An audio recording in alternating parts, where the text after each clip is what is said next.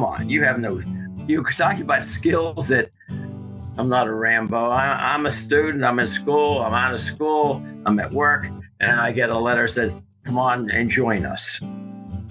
Like so many of his generation, a young man gets his draft notice, then, in what felt like a blink, ends up walking point through the jungles of Vietnam.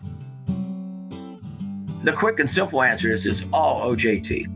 I was assigned to a platoon. The other sergeant that was taking his place, he was shot and killed. I thought, well, that may not bode well for my position. I thought, okay, that's not a good thing. And he recalls how he had to adapt quickly to combat, or his prospects were not going to be good. Hello, welcome to the Mighty Pen Podcast. I'm David L. Robbins, your host and founder of the Mighty Pen Project, a free writing program for veterans and their families, in partnership with the Virginia War Memorial Foundation in Richmond, Virginia. In this podcast, I'll sit down with Richard Geisel, author of today's 3 short stories and 1 remarkable poem. Richard spent the year of 1969 walking point for the U.S. Army in Vietnam.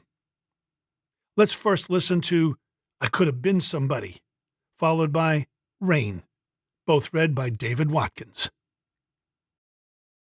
0700 Reveille. Golden rays explode in the barracks, pumping the humidity. Duffel stitches groaning. Platoon line snakes waiting for orders. Geisel, you know you going to Vietnam. Well, yeah. What else would the Army do with my degrees in business and political science, Smokey? That brilliant observation occurred a couple of weeks ago near the end of training. Company clerk typist has his portable table set with stacks of orders for the troops.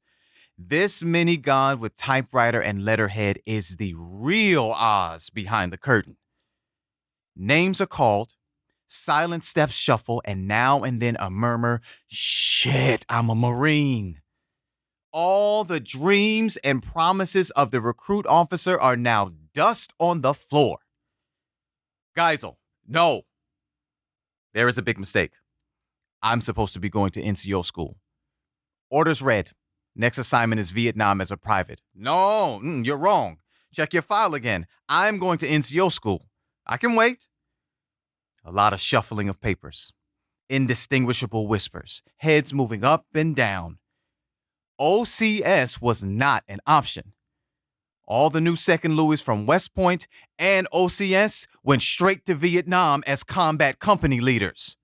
More rank, more pay, and guaranteed grunt experience. Not me. I am going low profile. Can't find anything, are you sure? Keep looking. I can wait. The typewriter keys start flying. Clickety-clack of the keys sending its Morse code. Here. Take these and report to Fort Benning for NCO school. No magic, just a desire for efficiency and keep the line moving.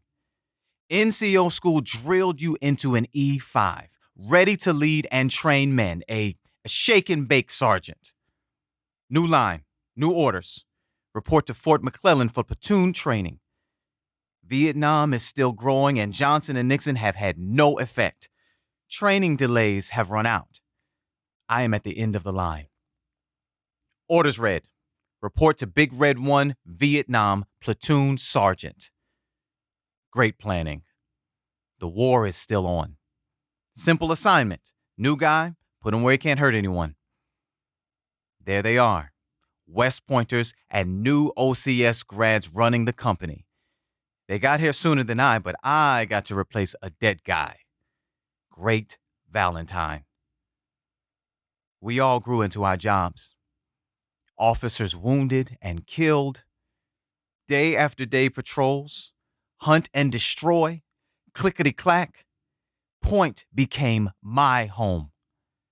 Less rank, less pay, guaranteed grunt experience. Great planning. I could have been somebody. Fatigues are glued to my skin. Rain of 1,000 years, rhythms and waves. I am sitting on my helmet, towel around my neck, and a Cambodian green rubber sheet covering me. This is my silent waterproof armor. The issued poncho is noisy, as water striking a galvanized roof, shielding the necessary sounds of oncoming danger. Was it designed to say, "Here I am, come and get me"? Doesn't anyone know? Who's in charge? Nothing can touch me with my cone of safety. Tears glide along the channels of the leaves, cascading, forming pools and streams around my helmet. My butt is dry for a couple of hours. This is the third night of the week-long ambush. Some genius decided to keep making the team smaller so more can be deployed, 4 to 5 men depending upon availability. The code name is Shotgun. Shotgun teams are the ambush du jour. Small teams scatter, more chance to meet the enemy. The captain can't contain his excitement. The first man that gets a kill wins a bottle of scotch. I try to control my enthusiasm. Let's see. Less sleep, fewer men, outnumbered by your opponent, opportunities for advancement. Advancement. Maybe I could win a Purple Heart or a medvac. The briefing includes ambush coordinates, pickup dates, and aerial photos of the site. Are there any questions? Are there any questions? Who thought up this shit? Are you crazy? Does the captain qualify as a kill? The choppers are waiting. I'm running across the field holding my helmet and gear. I know the blades can't hit me, but I squat as I run. Legs hang out the side of the door, and off we go. The pilot motions to me that we're approaching the site and to get ready. The chopper comes in high and starts a quick descent. The serpentine trail was cut into the bush with a scythe and disappeared at ground level. The photos of the site were perfect, and I can see where X marks the ambush position. The pilot gives me the signal to jump. I look down as the bush is fanned by the blade wash. It's not opening up to show the ground. We must be 20 feet above the bush, and who knows where the ground is. I'm not having my men jump 30 or 40 feet into the unknown just so a pilot can get home early.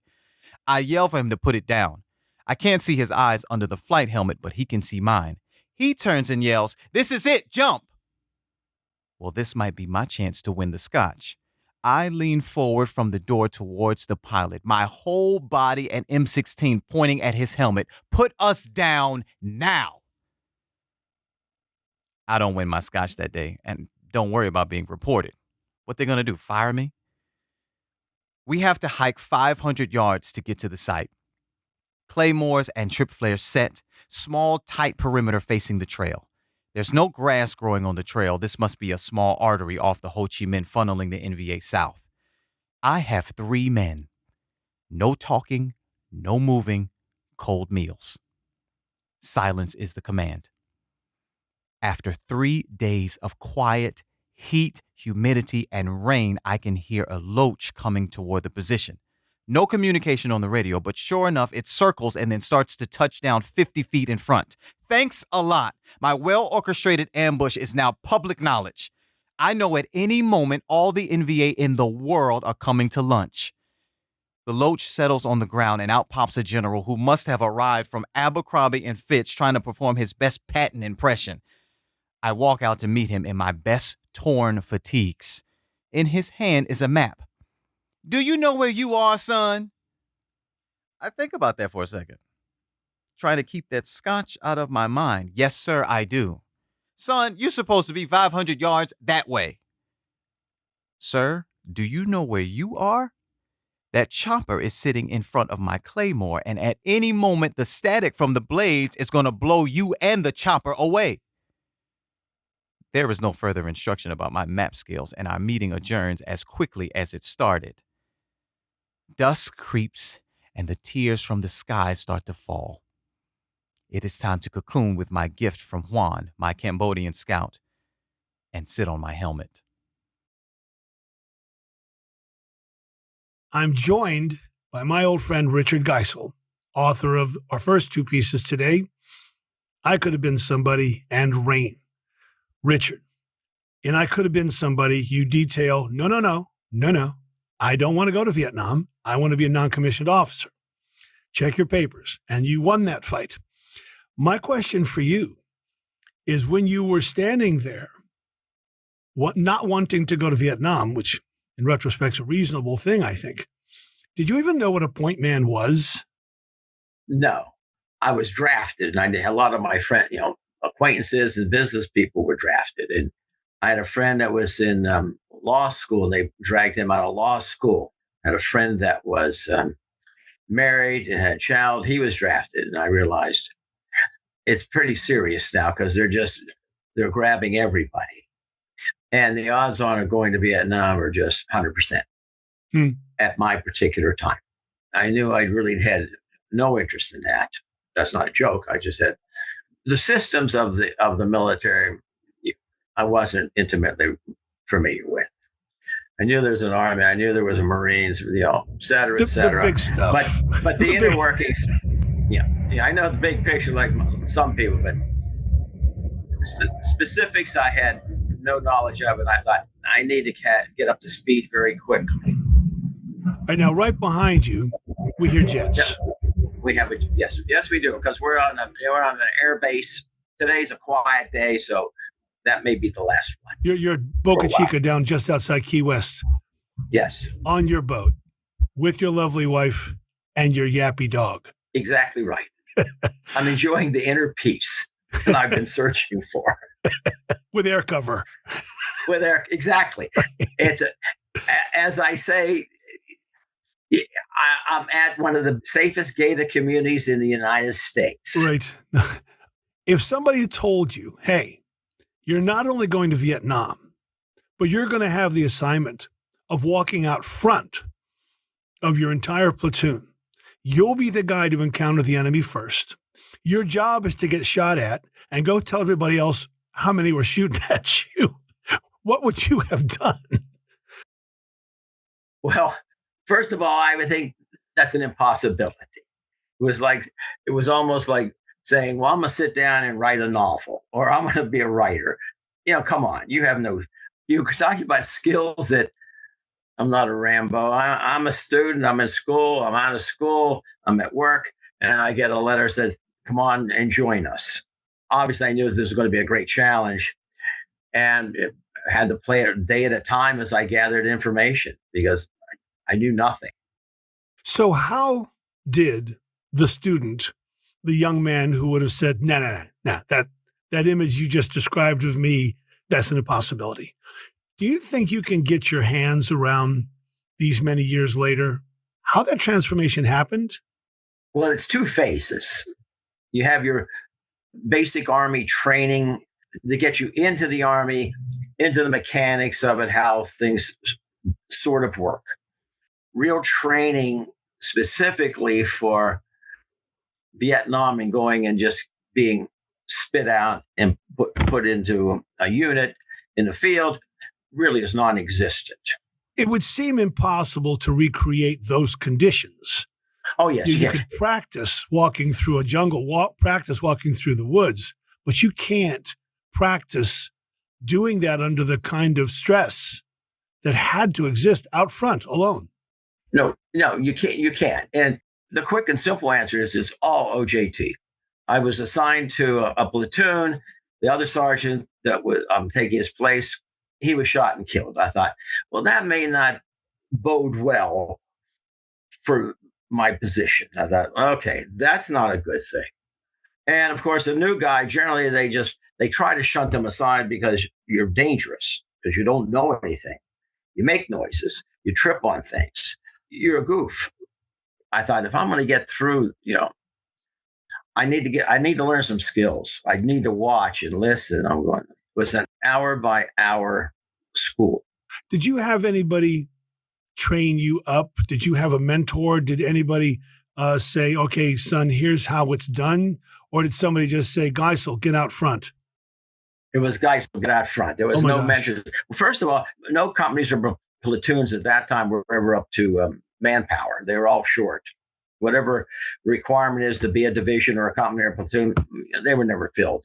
You're always short people. So you started pulled up by the captains of, the company's going somewhere. This is where we're going. We want you're going to lead us. I really want to address that line that you could hear ants. And I know that you've said this to me in conversation, that you had reached the point where you could literally sit still and hear things clearly beyond the audible range, but you fully feel you could hear. And I don't think, is that an exaggeration, Richard, that you could hear Yeah. Oh, ants? no, that's not an exaggeration at all. Because I tell you, the Vietnam dark is really dark. There's two places to see dark in the whole world. One is in Vietnam with no moon and out. You can look around. You're not going to see any ambient light anywhere. I mean, if you're out, it's dark. You see nothing. It's really analogous to sailing or out in the ocean where all of a sudden it's super dark. You can't see the difference between the horizon and the water. It's just it's all one black void. There's no shadows. There's nothing because it's all dark. And at the same time, if it's not raining, it's incredibly quiet. Just figure you're putting something on mute. It's that quiet. And as things get quiet, as things get dark, your eyes try to adjust to the lack of light. As it gets quiet, your ears start to adjust to no noise, but you're still working at listening. One night we're in an ambush and finally got in, set up, and I heard these funny sounds. I thought, what? And I couldn't figure out what it wasn't loud, but I thought, well, this is a distant sound, but it wasn't a distant sound. It was sort of underneath me. I had some illumination. I forget what it was, but I looked down. I'm down real close to the ground. It's just a vast army of ants going through. I could hear them moving. And it's so intense. You are always on. Either you're off or you're on. You're on 100%. You're not on 10%, 50%. You're on. And when you're on all the time, even if you're not moving or going anywhere, the fatigue is amazing. You're so exhausted, you don't know what to do. But you don't go to sleep, but the exhaustion is unbelievable. Sometimes it's painful. You're so exhausted.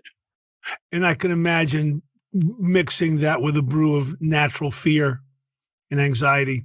Oh, yes. You're always afraid, but you have to put that aside. And what helped me was, and I'm not sure where it occurred and how it occurred, I became a different person. I wasn't Richard Geisel anymore. I was just the point man. I didn't know him. I wasn't anything like him. He's a bumbler and he couldn't do anything that I'm doing. I literally became another person without a question. And every day, these senses and instinct and practice, because it's day after day, it's very monotonous. You just gather this knowledge into yourself. And it's like practice. It's just OJT. I went from leading the company to a smaller platoon size, and all that was because of the changing strategy in Saigon about how we're going to, get numbers and everything. So finally got down to just a small little search and destroy shotgun experience. Just go out for a week or so.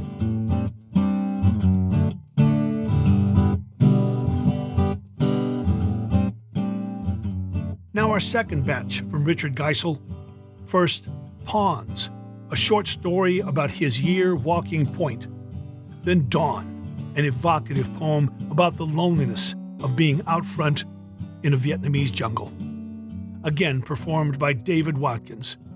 Then I'll talk more with author Richard Geisel. A break in the routine is coming. I had been working 24/7 for months. Just think of it. New clothes, haircut, regular hours, majestic sunrises, palm trees, gourmet meals, single man about town ready to howl at the moon. I had been transferred from leading a hunt and destroy squad to nursemaiding a platoon of armored personnel carriers. They were having downtime at the base, but the captain assigned me to base security. I have to carry on. They have the vacation, and I just keep patrolling. Some vacation. Instead of walking point, now I have a 3-man team walking out the gates of the support base to patrol the perimeter. This is Shangri-La in the middle of rice paddies forming waves with the wind, where herds of water buffalo graze silently. There's buffalo dung everywhere, spread to prepare the fields and foul the air. For 8 months, my life had been a world of silence, listening for jungle sounds not in my hearing frequency. I have no doubt my ears have grown larger. Rustle of leaves, ants marching across dry leaves, voices, and the piercing sound of silence. It's hard for me to believe, but yes, I can hear ants. Picking my steps through the bush became a ballet of movement. My sounds could not become a disguise of the sound of danger. Sounds used to be beautiful, and I would search for them. Now, sounds are my enemy. I search deeper and longer for them. My ears hurt. I must hear something, but it's better not to hear anything. It is dangerous to hear and not to hear. Silence in the bush, but here, there's no silence. The men talk and scream, trying to be heard over the diesel engines. The metal tracks clank along the earth, shaking it, cutting into it, and chewing up all under the metal. The men make no attempt to be shadows. They wear their APCs as steel vests. They're invincible. One RPG would destroy my invincibility. I couldn't have been a larger target if I were a clown with a handful of balloons in a one-ring circus. The stealth hunter has become visible. I'm going to die with these clowns if I don't get control. My previous job had been to search and destroy, kill people, silently and efficiently. In the bush, I was in total control. No discussions, no committee meetings. But an order had been regurgitated from the unseen sanctum, move the pawn. My life was changed. All the kings, queens, knights, and bishops are in their castle. Starched uniforms, needlepoint insignias, 3 hot squares a day, and air conditioning. Move some more pawns. There are no people out there. Just them and us. Pawns. My men are not pawns. The only duty I have is to keep them alive. Standing orders don't trump the moral imperative. Outside the fire base, there's no moon. The stars in the States are not the same stars that light Vietnam. There, they are a colder white, larger. The terrain is barren with a few tree stubbles. I have a clear field of fire. In the daytime, the rules of engagement are different than at night. Nighttime is a free fire zone. I had always lived in free fire zones, day and night. The rules have changed. The rumbling in my stomach asks me, will I be able to get control? Adjust to the new paradigm? Are my men going to be safe? There are no schools, only on-the-job training. These are hard lessons. Men die and men are to blame. My world is upside down. Vulgar noise, penetrating light, naked visibility, thwarting my skills. We get to the coordinates outside the gates where I radio that we are in our position. I survey the field of stubbles and ruts. There's movement, but they're not moving forward. A million heartbeats. The night creeps on, hour after hour. What's going on? Do something. Wheat sways in the wind, a taunting motion. To get a better view, I rise from my position. One figure gets taller. What are they doing? Must be scouts for the main body. I inch back to my position, and my nemesis gets smaller. He must see me. I slowly raise my arm, and I wave, and my nemesis also waves. What? Those are our shadows projected out in the field. Lights from the firebase behind us have us lit up like ducks in a shooting gallery. See the ducks, shoot the ducks. My men are safe this time. My skills have yet to be tested. I have never lost a man, but this is a new game.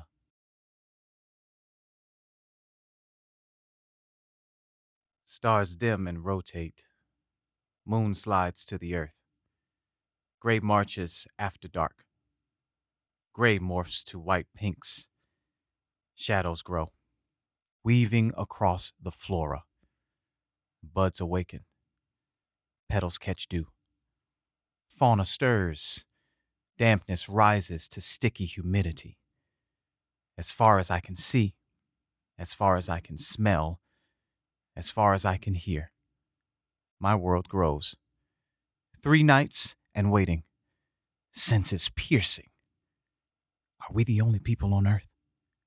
Eat, drink, sleep, Watch, listen. Does anyone know we're here? Squelch of the radio, morning check. All quiet, no count. Claymore's not tripped. Flares at the ready. Breathing pinpoints me. Eating is a cacophony. Wait for movement, wait for resupply. Chatter at the bridge outpost below. There, the smell of life, the music of living. Here, the waltz of death. I reach out. The grass cuts my hand and arm. I bleed, am real, am here. A parallel world holds me, protects me. The distance is measured in blinks. My soul has not made the trip. Unlearn, learn. Coldness, darkness are my companions. Is this the morning? Is this the day? Will random fates meet?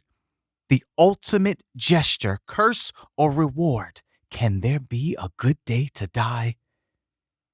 The long, low sound of a 747 Freedom Bird from Ben Hua roils the air. No time to wander. No time to drift. Start the dance.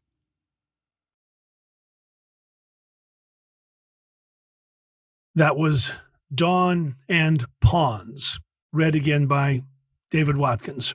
Richard, let's discuss that magnificent poem first. Dawn has a metronome to it. It sounds to my ear like a ticking clock, like a heartbeat, and there's a marvelous sense of isolation to it. I felt listening to that poem, it was as good an evocation as someone who's never been in that circumstance, on point, in an enemy territory. It transported me there as well as any poem I can imagine. What are your thoughts hearing it again after, I guess you wrote that a few years ago, but what are your thoughts listening to that? Well, the point of it was supposed to be dark and haunting, but showing the loneliness, even with the responsibility you have for X number of people, how alone you actually are. And I think that loneliness comes from the concentration that you have to maintain all the time. To be repetitive, you're listening, you're looking, you're always on. You hardly ever get a break. If you get a break, it's when you're taking a quick nap in rotation. Because if you're not on, the increased chances of a mistake or the increased chances of missing something, and now all of a sudden you have a catastrophe and people are hurt, is immense, I always thought. And piercing that poem, along with those thoughts, are the questions. Is this the day when random fates will meet? Is anybody aware that we're out here? Are we alone? And then that, as you say, haunting question, can there be a good day to die? So that's what, as you say, haunts me when I listen to that piece. There's everything you just described. There's the tick-tock of every second and the amount of focus it requires to keep those seconds moving and safe, yet all sitting on top of this perch of worry and concern and threat and danger and contemplations of, do I kill today? Do I die today? Will random fates collide? The ultimate reward, the ultimate gift, the ultimate fate. It seems the word that comes to my mind is fraught. It's not just one thing. It's not just I'm on point, I'm on watch. I just thought that poem captured the existential fears of being alone and being responsible, because you're not really alone. You're alone physically, but your responsibilities are for your men.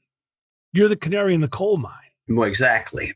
And you learn every hour, you learn every day. And you think you're getting better.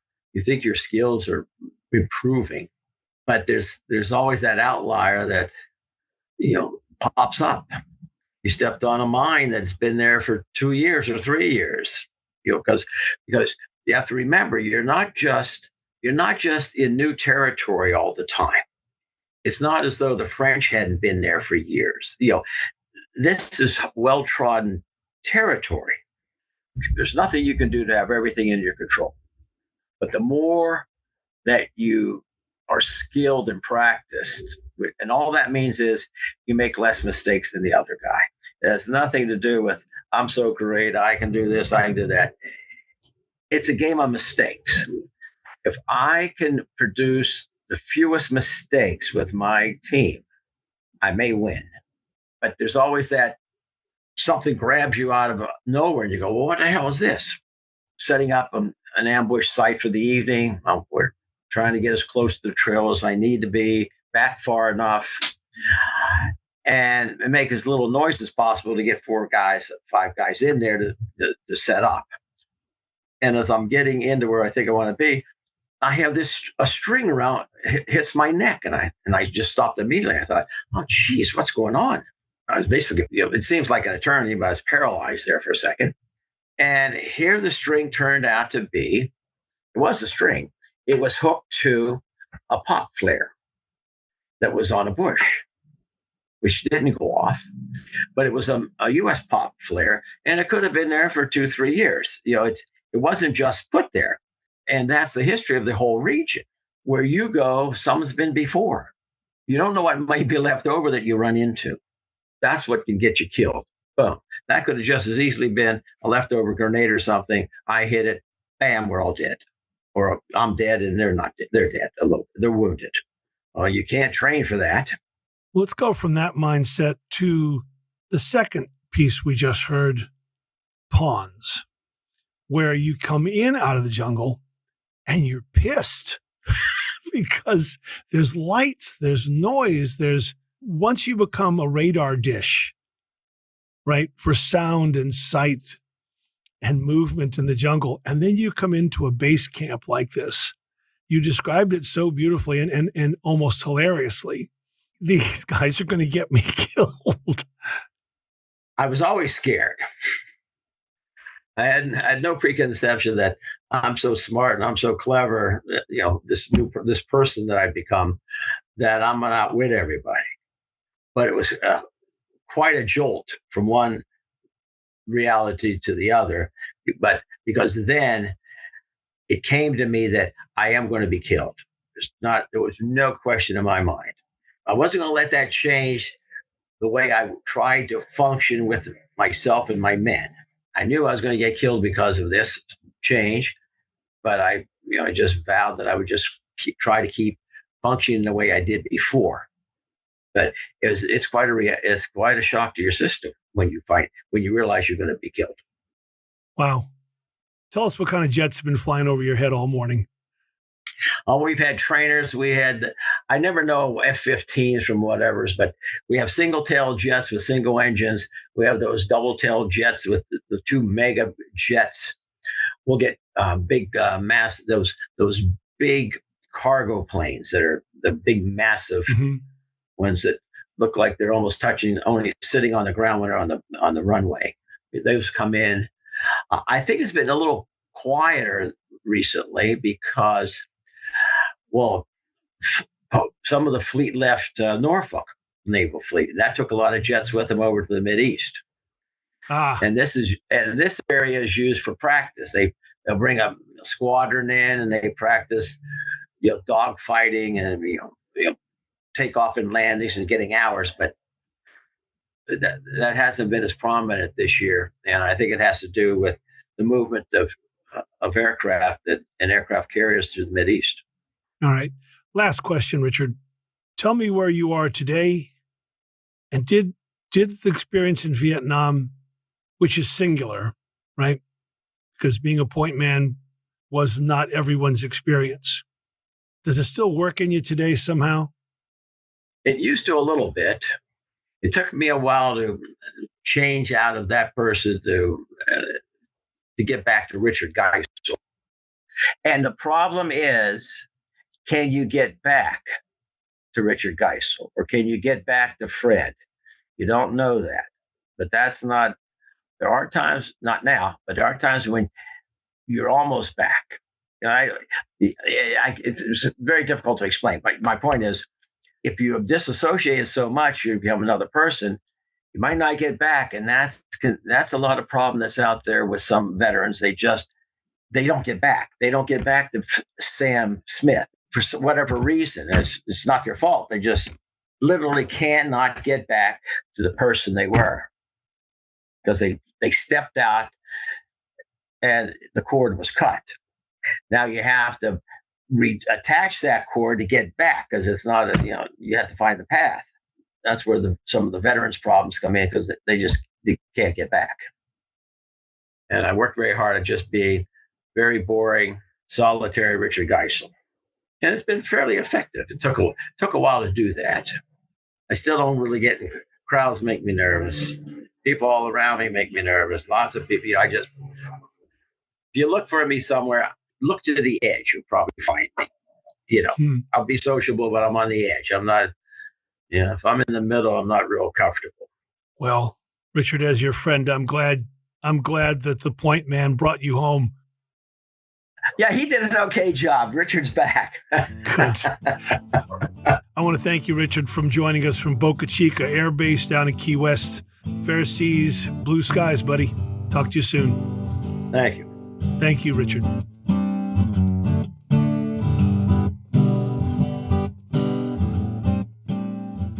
The Mighty Pen Project is a free writing program for military veterans and their families, offered by the Virginia War Memorial Foundation, a 501c3 nonprofit. If you'd like to learn more about the Mighty Pen, or just send us your thoughts, email us at mppodcast@vawarmemorial.org, or use the link in the podcast description. If you're a veteran or a family member of a serviceman or woman listening to this podcast anywhere in America, and you want to learn how to best write and tell your own powerful stories, you can sign up for one of our Mighty Pen writing workshops on Zoom. If you want to read today's pieces and many more, use the link to go to the Mighty Pen archive. If you enjoy this podcast, please share it. Original music for this episode provided by Jackson Albrecht. Lastly, if you'd like to support the Mighty Pen's efforts to record and preserve these stories of service, adventure, and sacrifice, follow the charitable donation link in the podcast description. I'm David L. Robbins, and I want to thank you for listening to the Mighty Pen Podcast. It's an honor